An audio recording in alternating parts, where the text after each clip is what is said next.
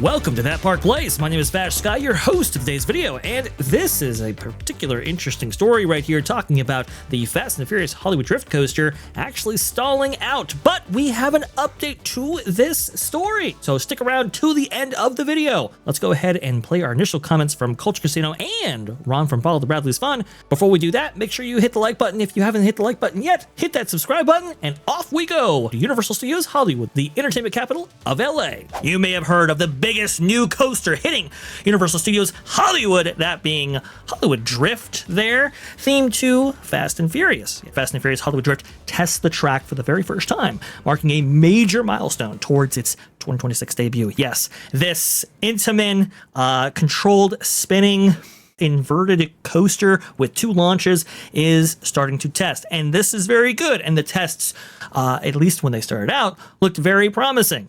But as we'll go along in this story right here, things might not be going so good over there out in Hollywood. You can see right here, this is the initial testing right here, as provided by Theme Park Obsession and Instaland.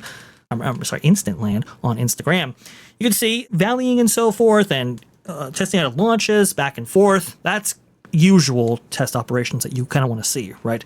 You kind of want to understand what happens if there's a rollback or anything that might impede or be abnormal for a guest on this attraction right here. So you test those things out quite thoroughly. And this I thought was part of the test, but apparently it might not be. Here you go. This from Instantland once again on Instagram. You can see it makes its way up that hill and then stops entirely. Now, it's very, very strange that happened because from what I've seen, there's no brake zone there, and there's no fins there to stop it in that position or even to move it.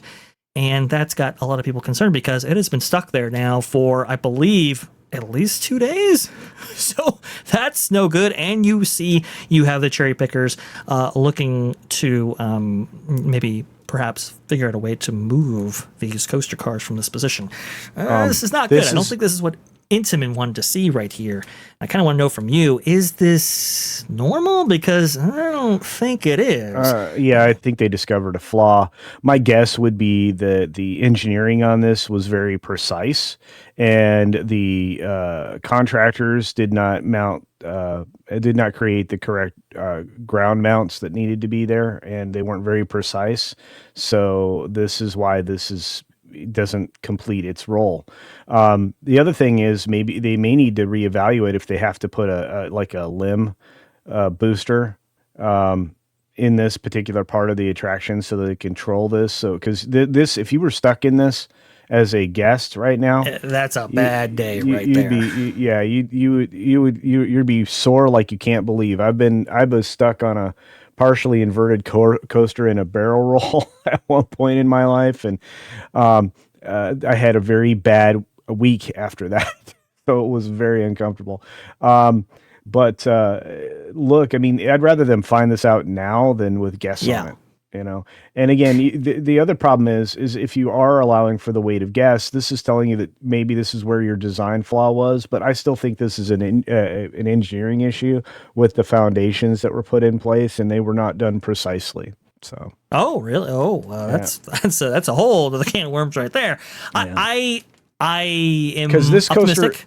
Coaster. As with all coasters, I don't know if the audience knows, almost all of these coasters have already been built somewhere else and tested all the way beginning to end, and then they're rebuilt in location. Some companies have been trying to get away from that. This might be an example of why you don't.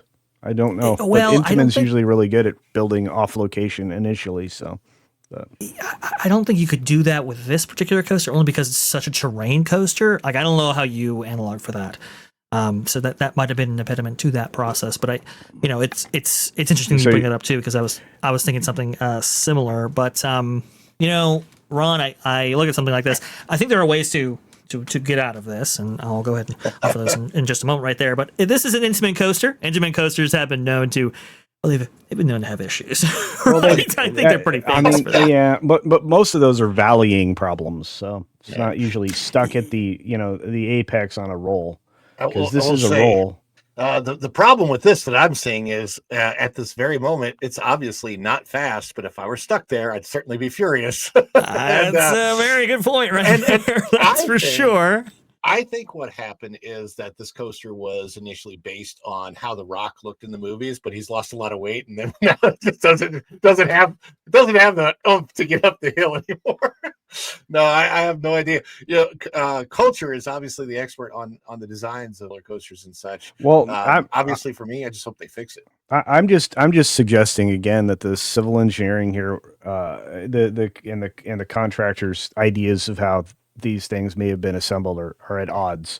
Not to mention the fact that if this is, as you say, built in place, we've got a bigger problem, because I would be questioning everything about how this coaster was put together at this point. Yeah, this should have been a controlled environment indoor coaster, as far as I'm concerned. And as you say, because it's a terrain coaster, because I mean, I think I would rather feel like I'm part of a movie with landscape going by me, but at the same time, it's Hollywood. What are you going to do? Yeah. I mean, yeah, sure. I mean, Fast and Furious went to space, but I don't need that element of pretend. Well, I don't critique them for trying to build this on the side of a mountain.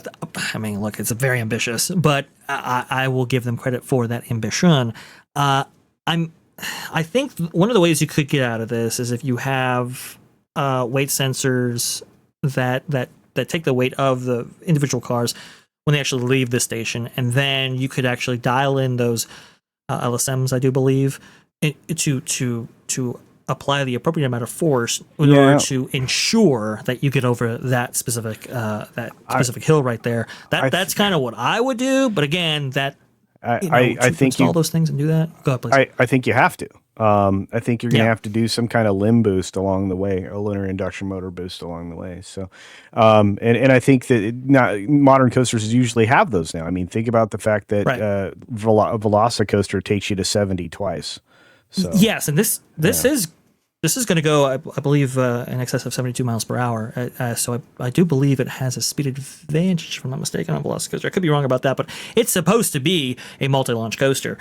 So the capability might be there, but you're going to have to take this into account. And I don't like seeing this. We saw this with Stardust Racers, actually, something very similar, where it kind of valleyed in a place where it required a crane to come in and so forth. Yeah. And so that was Mack rides, but this is intimate. Well, again, it comes down to the engineering, right? And if things aren't within operational parameters, who knows what's going to happen, which is why there's a requirement for brake sets along the way to stop the entire attraction if need be, because one of these things happens. Mm-hmm. If this isn't working right now, I am worried. And you know what? Somebody in the chat said, I want Guardians, the Cosmic Rewind. Is that the coaster? Yes. Cosmic Rewind is safe. It is a proper use of show coaster technology. And it's not going to have to be an elemental frustration for people. This might be. Right. That's the thing about doing outdoor coasters. Now you are subject to the elements, as Culture beautifully pointed out right there. You've got rain, you've got different atmospheric conditions. Yeah. I believe Hollywood might be removed from the fog that happens near Anaheim right there. In the hills here? Yeah.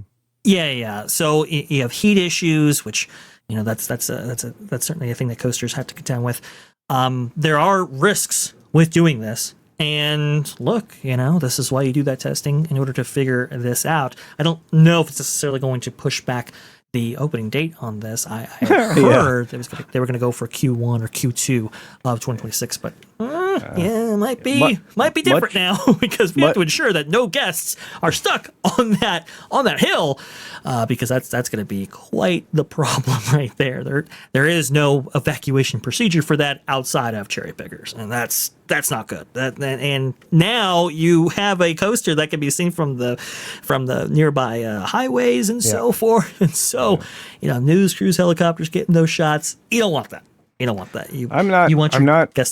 I'm not super confident with the way this is being constructed. So I've been looking at some of the foundation elements here. So I'm not throwing shade at him. Intamin's a great builder. Please don't misunderstand. But I'm just maybe the contractors just didn't quite nail the precision. Again, that's just, your engineering is going to be right. It's all done on a computer, right? Did they use Chat GPT? I mean, maybe that's a problem. Maybe that predated this for just a little bit, but Yeah. look, I trust Intamin. I do. Yeah, me too. I don't trust them fully because obviously operational headaches that occur with independent attractions after opening are so infamous surrounding this particular manufacturer. But as Ron said, I want my guests happy. Yeah. I want my guests going fast. I do not want them to be furious. And furious they may not be. Very interesting stuff going on here from Theme Park Obsession, actually, who has created a number of videos on this exact topic as well. Definitely go ahead and check him out. Before you do, look at this. It looks like they did dislodge successfully that train and are now back to testing as per usual, which is good. This is what we want to see right here. Very concerned. I was talking to Theme Park Wizard about this, and he was telling me that, look, that they weren't testing this coaster at speed. They were specifically testing for valleying, rollback, and so forth. So perhaps just a kind of a fluke accident that they unfortunately tested themselves into, but they seem to have overcome it. Hopefully it doesn't cause any more issues. They aren't testing speeds that would have this specific train actually go over that turn right there, but you can kind of see they are back testing, which is very, very good. This is a very, very good sign right here. The coaster community was a little bit concerned, I will say, including myself, but it looks like we are back on track. Good news coming out of Universal Studios Hollywood. This is awesome right here. Great to see this coaster in the testing phase once again. But if you haven't hit that like button, please go ahead and hit that like button. That would definitely help us out. Hit that subscribe button. That would help us out tremendously, I will say. Hey, there's a hype feature now. Go ahead and hit that. No idea what it does, but hopefully it hypes us up so that this video gets around right here and people know, hey, there are problems, but we have solutions right there. That would be very, very cool. And make sure you follow That Park Plays for all the news. That should be fun. Thanks for watching That Park Plays News. For more information, consider checking out www.thatparkplace.com. And don't forget to subscribe, share, like, and send this out on your favorite social media accounts.